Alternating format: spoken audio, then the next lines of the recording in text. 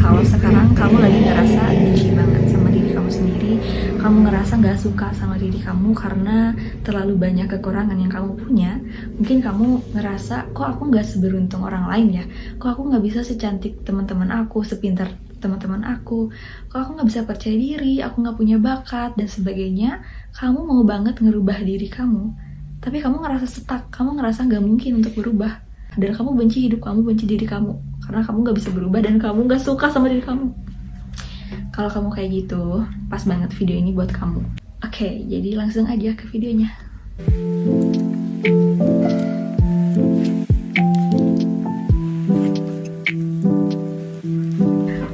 Oke, jadi permasalahan kalian sekarang adalah kalian tuh mau banget berubah, tapi kalian ngerasa susah, sulit, stuck, kayak gak mungkin untuk berubah, ya kan?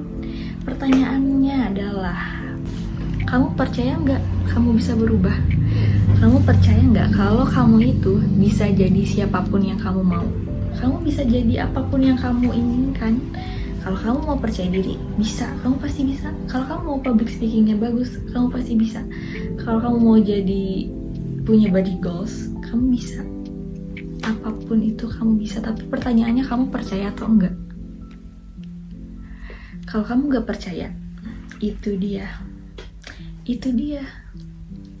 yang menyebabkan kamu gak akan pernah bisa berubah, karena kamu pun gak percaya. Kalau kamu pernah dengar ada istilah yang namanya you are what you believe, you are what you think. Apapun yang kamu pikirkan tentang diri kamu, itu akan menjadi siapa kamu.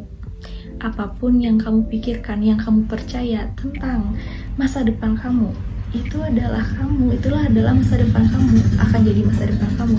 Apapun yang kamu pikirkan tentang gimana sih persepsi orang lain tentang kamu, itu akan jadi kenyataan. Kamu harus sadari itu, kamu harus menyadari bahwa begitu kuatnya kepercayaan kita. Kalau kamu gak percaya, sebetulnya aku pun dulu termasuk orang yang gak percaya. Kok bisa sih apapun yang kita pikirkan akan menjadi siapa kita, akan menjadi realita kita. Aku gak percaya itu. Akhirnya aku mencoba untuk mencari tahu lebih lanjut, lalu menerapkannya. Setelah aku mencari tahu, ternyata memang ada penjelasan secara psikolognya. Mungkin aku akan mencoba menjelaskan, tapi disclaimer dulu, aku bukan psikolog, aku hanya menjelaskan dari apa yang aku baca. Jadi ada istilah yang namanya self-fulfilling prophecy. Apakah itu self-fulfilling prophecy? Dia adalah keadaan di mana sesuatu yang tidak nyata akan jadi kenyataan karena tindakan kita akan mengarah ke apa yang kita percaya. Kita cenderung melakukan tindakan sesuai dengan apa yang kita percaya dan akhirnya menjadi kenyataan. Keadaan itu dinamakan dengan self-fulfilling prophecy. Kalau kamu masih nggak ngerti, aku akan kasih langsung contoh kasusnya. Jadi ada sebuah penelitian yang dilakukan di Afrika. Mereka tuh meneliti kok anak kulit hitam cenderung lebih rendah prestasinya daripada anak-anak kulit putih. Dan ternyata itu tuh bukan karena kulitnya, bukan karena masalah genetiknya, tapi karena mereka percaya itu. Anak-anak di sana udah percaya bahwa dirinya tuh nggak akan pernah bisa lebih pintar daripada anak-anak kulit putih. Begitu pula dengan anak-anak kulit putih, dia ngerasa superior, ngerasa aku tuh lebih bisa, lebih pintar. Dan kenapa mereka bisa percaya? Karena berawal dari masyarakat di sana yang sudah melabeli anak-anak kulit hitam gak akan pernah lebih pintar daripada anak-anak kulit putih. Bahkan orang tuanya sendiri, perlakuan guru-gurunya, perkataan di sekitarnya, lingkungannya, akhirnya anak itu percaya bahwa aku mah anak kulit hitam, aku gak akan bisa pintar. Akhirnya motivasi untuk belajarnya rendah, dia membatasi dirinya sendiri, ya akhirnya menjadi kenyataan. Berawal dari percaya, apa yang dipercaya. Nangkep gak ya? Apa yang mereka percaya menjadi tindakannya, menjadi kenyataan. Seperti itu.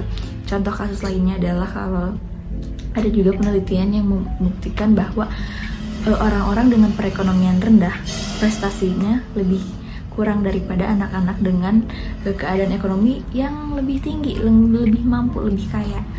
Dan itu tuh bukan perihal masalah ekonomi, tapi perihal kepercayaan. Mereka tuh sudah percaya duluan kalau aku insecure. Mungkin sering banget nih orang-orang kayak bilang, udahlah kamu tuh gak usah mimpi terlalu tinggi, kamu tuh anak orang miskin, kamu tuh anak orang kampung, kamu nggak usah mimpi tinggi-tinggi, udahlah. Nah itu yang menyebabkan dia tuh percayanya, oh kayak aku miskin, aku nggak bisa nih pintar, aku nggak bisa punya cita-cita tinggi dan sebagainya. Akhirnya tindakannya pun nggak akan ada motivasi, nggak akan ada tindakan yang mendorong dia untuk berusaha dan akhirnya menjadi kenyataan. Nah itu salah satu contoh dari self-fulfilling prophecy. Gimana? Sekarang kalian udah setuju nggak kalau apapun yang kita percaya itu bisa jadi kenyataan? Oke, kalau misalkan kalian masih belum puas nih dengan penjelasannya tadi, aku masih ada penjelasan lain, yaitu yang namanya confirmation bias. Confirmation bias ini keadaan dimana otak kita cenderung menerima informasi-informasi yang sejalan dengan apa yang kita percaya sebelumnya. Kita lebih mudah menerima informasi yang mengkonfirmasi apa yang kita percaya sebelumnya. Karena apa? Karena otak kita memang didesain kayak gitu. Kita tuh lebih menyukai hal-hal yang konsisten, yang sama ya. Jadi kayak gimana contohnya? Dengan confirmation bias ini, berarti ketika kamu berpikir sekali aja kamu percaya bahwa kamu itu nggak cantik, kamu akan menemukan 100 alasan lainnya yang akan mengkonfirmasi bahwa kamu itu memang gak cantik. Dan sebaliknya, ketika sekali aja kamu percaya bahwa kamu itu cantik, kamu tuh akan menemukan alasan-alasan lainnya yang mengkonfirmasi bahwa kamu itu memang cantik, dan akan menolak informasi-informasi yang bertolak belakang dengan apa yang kamu percaya. Ini juga berlaku dengan si anak tadi. Jadi si confirmation bias ini tentunya akan mendukung si self-fulfilling prophecy tadi. Kalau dari contoh kasus tadi, si anak itu udah dia percaya kalau dia itu nggak akan bisa pintar, maka dia tuh akan sulit untuk keluar dari kepercayaan itu karena si confirmation bias ini. Dia akan selalu mencari-cari alasan, mencari-cari fakta yang bisa membuktikan, yang bisa menjadi alasan yang bisa mengkonfirmasi bahwa dia tuh emang gak pernah bisa pintar gitu. Makanya dari itu kita cenderung sulit keluar dari apapun yang kita percaya. Kalau salah satu contoh yang pernah aku alamin, salah satu contoh, dulu aku tuh gak percaya kalau aku tuh cantik. Aku selalu mikir kalau aku tuh hitam, jelek, aku ada tanda lahir, gigi aku gak rapih, karena itu yang selalu aku dengar dari kecil. Dan akhirnya ketika ada orang nih yang bilang, Ferin kamu tuh cantik loh gitu, aku gak akan percaya. Karena apa? Karena confirmation bias tadi, aku akan menolak informasi yang berbeda dengan apa yang aku percaya sebelumnya. Dan aku lebih memilih untuk mikir kalau orang itu cuman kasihan aja, orang itu cuman bohong gitu, orang itu cuman bikin aku senang aja, kayak gitu. Nah itu salah satu contoh confirmation bias. Nah dengan kita tahu adanya self-fulfilling prophecy dan confirmation bias ini, masa kalian masih nggak setuju kalau apapun yang kamu percaya itu bisa menjadi kenyataan? Apapun yang kamu pikirkan tentang kamu itu akan menjadi siapa kamu. Misal ini, kamu tuh percaya kalau kamu tuh nggak percaya diri, kamu itu introvert, kamu gak akan pernah bisa percaya diri, maka otak kamu selama-lamanya akan cenderung mencari fakta-fakta yang akan membuktikan bahwa kamu emang gak akan pernah bisa percaya diri. Kamu tuh gak mencari jalan, otak kamu cenderung mencari alasan-alasan yang mengkonfirmasi bahwa kamu tuh emang gak percaya diri. Akhirnya tindakan kamu itu, kamu menghindari hal-hal yang bisa ngelatih kepercayaan diri kamu. Misalkan kamu tuh ada kesempatan untuk bicara di depan kelas, kamu ada kesempatan untuk menemui orang-orang baru, dan kamu cenderung gak akan ngelakuin itu. Kamu cenderung aku gak percaya diri. Akhirnya tindakan kamu tuh demikian. Kamu gak akan melatih diri kamu untuk bisa lebih percaya diri karena otak kamu udah membatasi diri kamu bahwa aku adalah orang yang tidak percaya diri gitu. Kamu mencari alasan-alasan kayak aku tuh introvert dari lahir, aku tuh udah emang kayak gini aja orangnya, aku tuh udah pemalu, aku nggak bisa, aku emang kayak gini, dan banyak alasan lainnya. Dan itulah yang membuat akhirnya kamu gak akan pernah bisa berubah karena self-fulfilling prophecy dan confirmation bias tadi. Makanya kita kalau mau berubah dulu pikirannya, mindsetnya. Apapun yang kamu percaya harus berubah dulu karena itu really matters ya. Oke, dengan kita mengerti nih bahwa cara kerja otak kita ada yang namanya self-fulfilling prophecy tadi dan confirmation bias, berarti kita harusnya bisa memanfaatkan hal ini dengan sebaik mungkin. Kita harus mempercayai dulu hal positif supaya apa? Supaya tindakan kita secara otomatis mewujudkan apa yang kita percaya tadi, yang positifnya gitu. Itu namanya self-fulfilling prophecy. Dan ketika kita mempercayai hal positif, maka otak kita akan terus mencari-cari hal positif. Dengan confirmation bias ini, sekalinya kita menemukan peluang, kita akan menemukan 100 peluang lainnya. Ketika otak kita terfokus kepada satu jalan, kita akan menemukan 100 jalan lainnya. Itu adalah confirmation bias. Jangan sampai kita menemukan satu kesulitan, maka kita terlalu fokus kepada 100 kesulitan lainnya dan akhirnya buntu dan stuck. Itu aja, terjebak di confirmation bias yang menegatifkan gitu. Jadi kita harus senantiasa memanfaatkan hal ini, jangan sampai terjebak di pikiran kita yang negatif. Oke, selanjutnya masih berhubungan dengan kepercayaan. Nah, kita harus sadar bahwa kita itu tidak bisa melakukan tindakan yang bertolak belakang dengan apa yang kita percaya. Jadi kalau kita percaya A, tindakan kita juga harus A. Kalau enggak, kita akan ngerasa nggak nyaman. Dan ketidaknyamanan itu disebut dengan cognitive dissonance.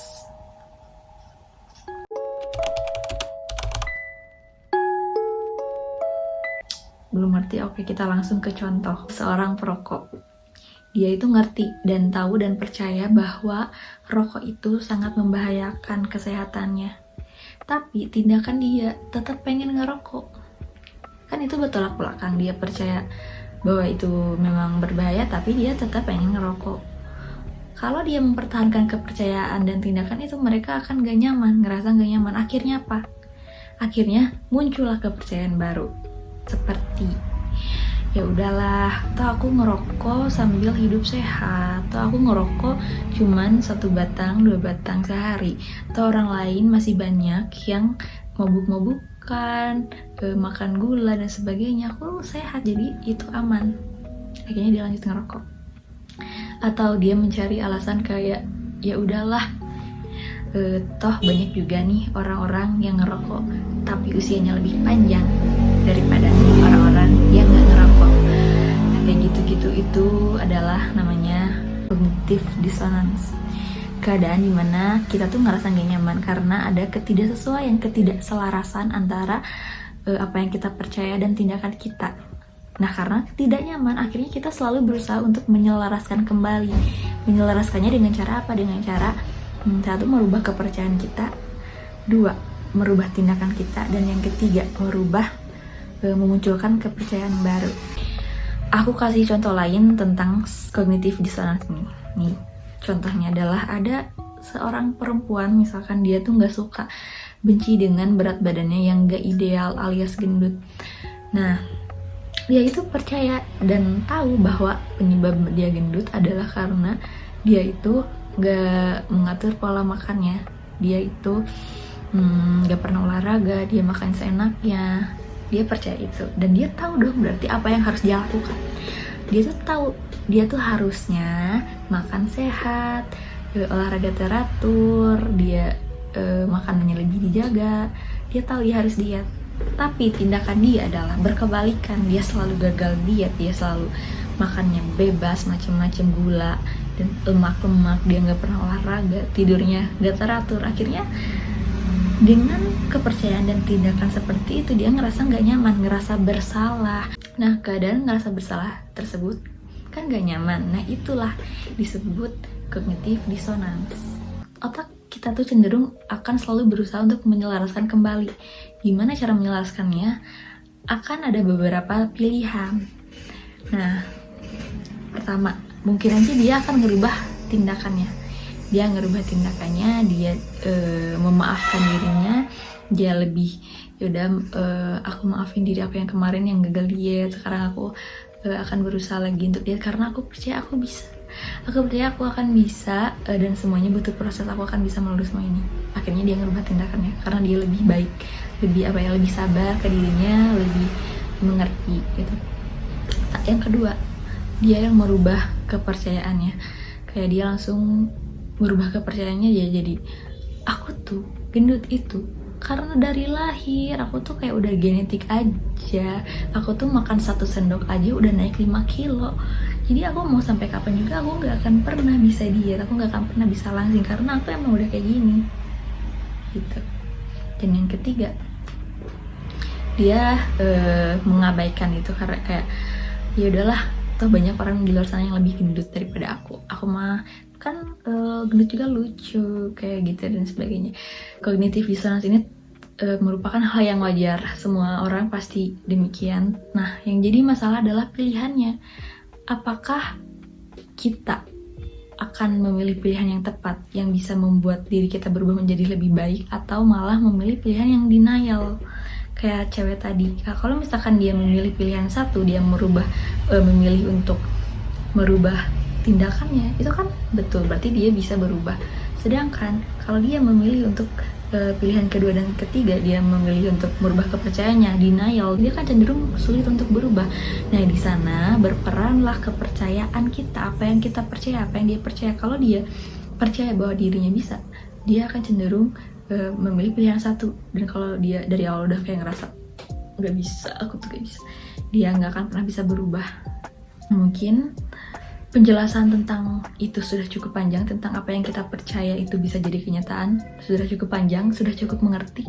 Jadi itulah dia hal yang pertama yang harus kamu lakukan ketika kamu mau berubah adalah kamu harus percaya dulu, yakini dulu kalau kamu itu memang bisa berubah. Karena sepowerful itu loh yang kita percaya, sepowerful itu loh persepsi kamu tentang diri kamu sendiri. Jadi ubah dulu mindsetnya kalau kamu mau berubah, please, itu adalah kunci utama.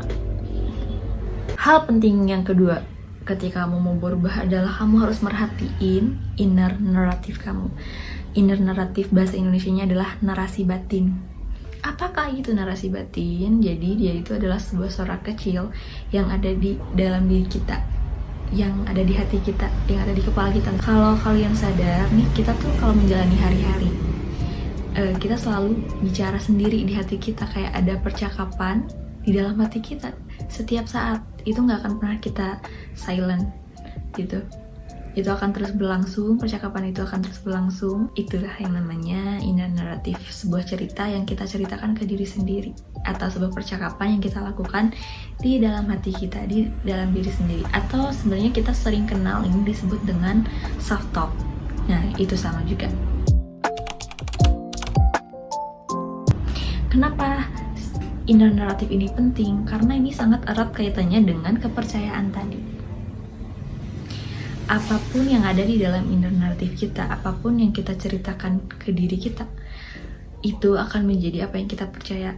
Karena semakin sering kita berbicara ke diri kita, kayak misal kita sering berbicara ke diri kita tuh, kamu tuh jelek, kamu tuh gak bisa, kamu tuh gak punya bakat, itulah yang akan kita percaya, yang akan kamu percaya. Misal ketika kalian bercermin, terus kalian kayak di dalam hati kalian bilang, aduh aku gendutan nih, aduh aku jelek nih, aduh bulat nih, dan sebagainya. Nah, itu adalah salah satu contoh self talk yang buruk.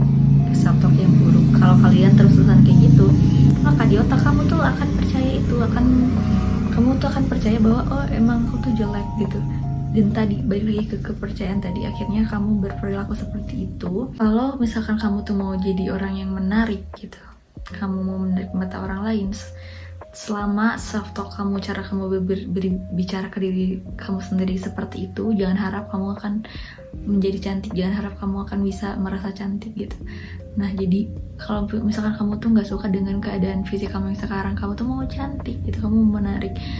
Nah, yang harus kamu ubah adalah kepercayaan kamu dengan cara merubah cara kamu berbicara. Ubahlah narasi kamu tentang diri kamu sendiri, ubahlah cara kamu berbicara di depan cermin seperti apa, terus juga ubahlah persepsi kamu. Itulah yang lebih penting. Barulah kamu berpikir skincare, baju untuk menjadi cantik, karena cantik itu adalah berawal dari mindset.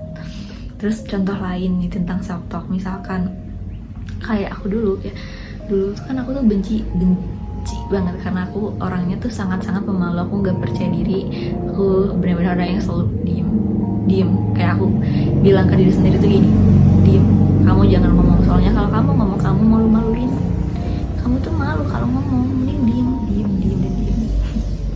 Nah itu dulu yang aku kayak setiap aku mau jawab pertanyaan guru aku tuh selalu jangan deh, karena aku mikir kalau jawaban aku tuh pasti malu-maluin gitu, teman aku jawabannya pasti lebih keren, aku takut salah, jadi aku mending diem deh gitu. Itu tuh sebenarnya jahat banget karena sama aja kayak gini, diem, kamu gak usah jawab, kamu malu-maluin, jawaban kamu pasti jelek, pendapat kamu tuh gak penting.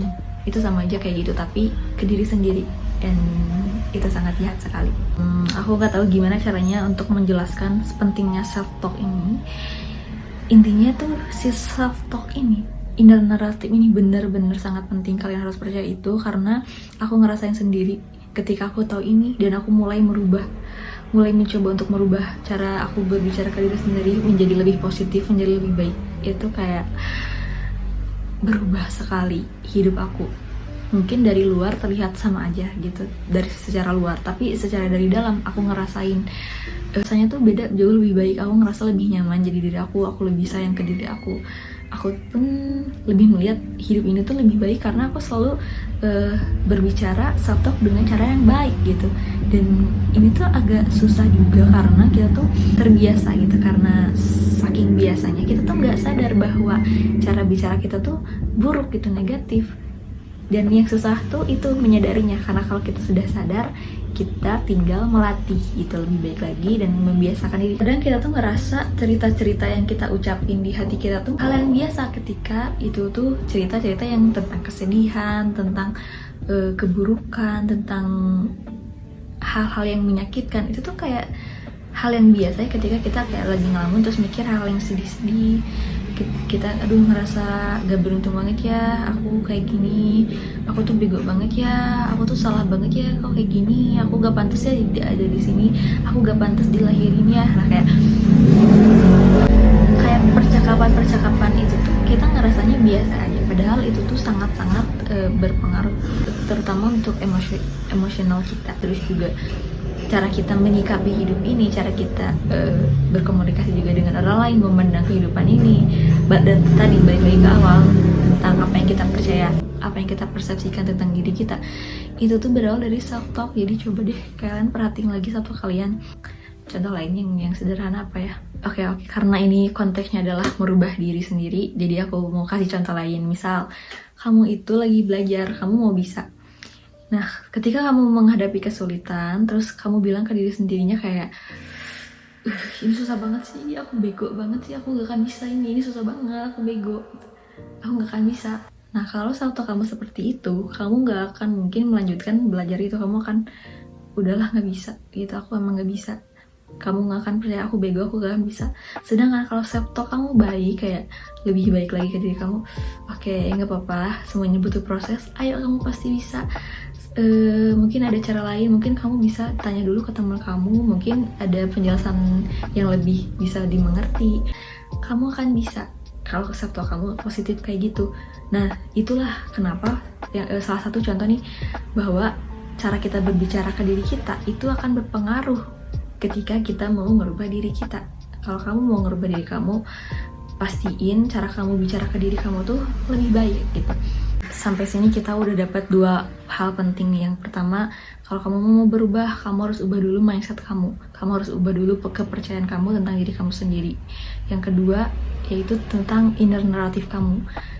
Cerita apa yang sering kamu ceritakan ke diri sendiri. Bagaimana cara kamu berbicara ke diri sendiri. 2 hal ini adalah sangat penting. Dan mereka saling berkaitan satu sama lain, karena inner narrative ini bisa mempengaruhi apa yang kita percaya. Nah, masalahnya adalah memang merubah kepercayaan dan merubah inner narrative itu bukan sesuatu hal yang mudah gitu, bukan kayak bisa berubah, enggak. Itu butuh effort, butuh proses, butuh waktu, dan perlu dilatih. Untuk merubah inner narrative ini menjadi positif, yang pertama harus kamu lakukan adalah menyadari inner narrative kamu yang sekarang tuh seperti apa sih gitu. Kalau itu negatif, kamu jangan sekali terjebak dan tenggelam pada cerita itu. Kamu harus tanya, apakah ini cerita adalah cerita yang kamu inginkan? apakah ini adalah sesuatu yang ingin kamu percaya. Kalau itu bukan, cepet-cepet berubah gitu.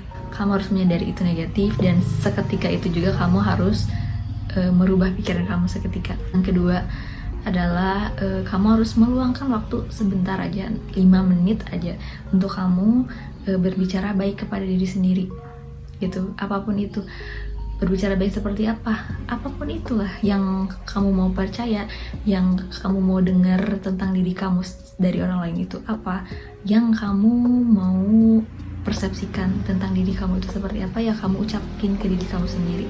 Kamu gak usah nunggu kalimat-kalimat positif itu dari orang lain, just say it to yourself gitu. Apa salahnya kita berbicara baik ke diri sendiri? Misal kamu mau percaya diri, oke, aku udah percaya diri, aku baik, semua orang sayang ke aku, dan sebagainya. Apapun itu. Terus juga kamu bisa melakukan journaling supaya kamu lebih aware dengan pikiran kamu sendiri.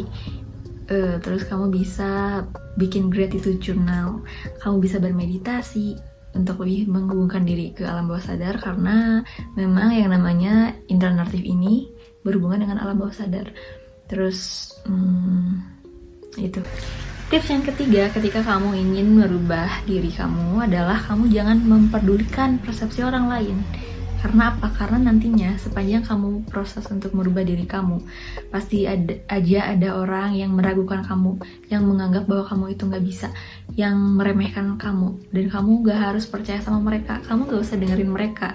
Karena apa? Karena mereka nggak tahu apa-apa.